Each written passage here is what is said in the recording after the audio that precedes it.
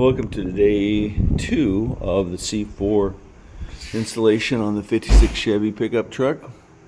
Everything worked out really well. We hit our numbers. We're within probably a 1/16 of an inch all the way around based upon the instructions from Flat Out Engineering. One thing that we did a little bit different is that once we got it in place, we plug welded it instead of bolting it in, because I don't know, we decided it was quicker and easier and faster, so that worked out pretty good. The other thing is the pinion angle. The pinion angle right here,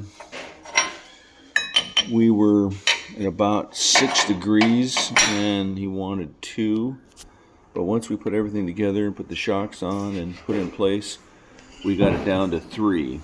So that's close enough for now because we don't have the engine in, and usually 3 each way is pretty good for no more than a total of 7.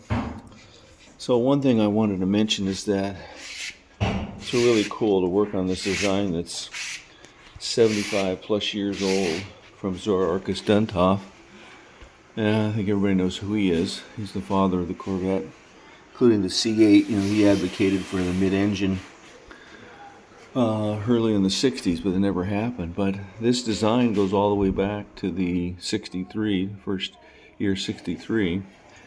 And what we've done here with Flat Out Engineering is remove the leaf spring, the traverse mounted leaf spring that would go in here. And one thing that we weren't aware of is that it's composite. It's not a regular metal leaf spring, so we were kind of quite surprised at that. So here's this really cool design that's 75 years old, and we've adapted to modern technology, so you can take a funky old farm truck and turn it into a hot rod. So stay tuned for the next episode for the front.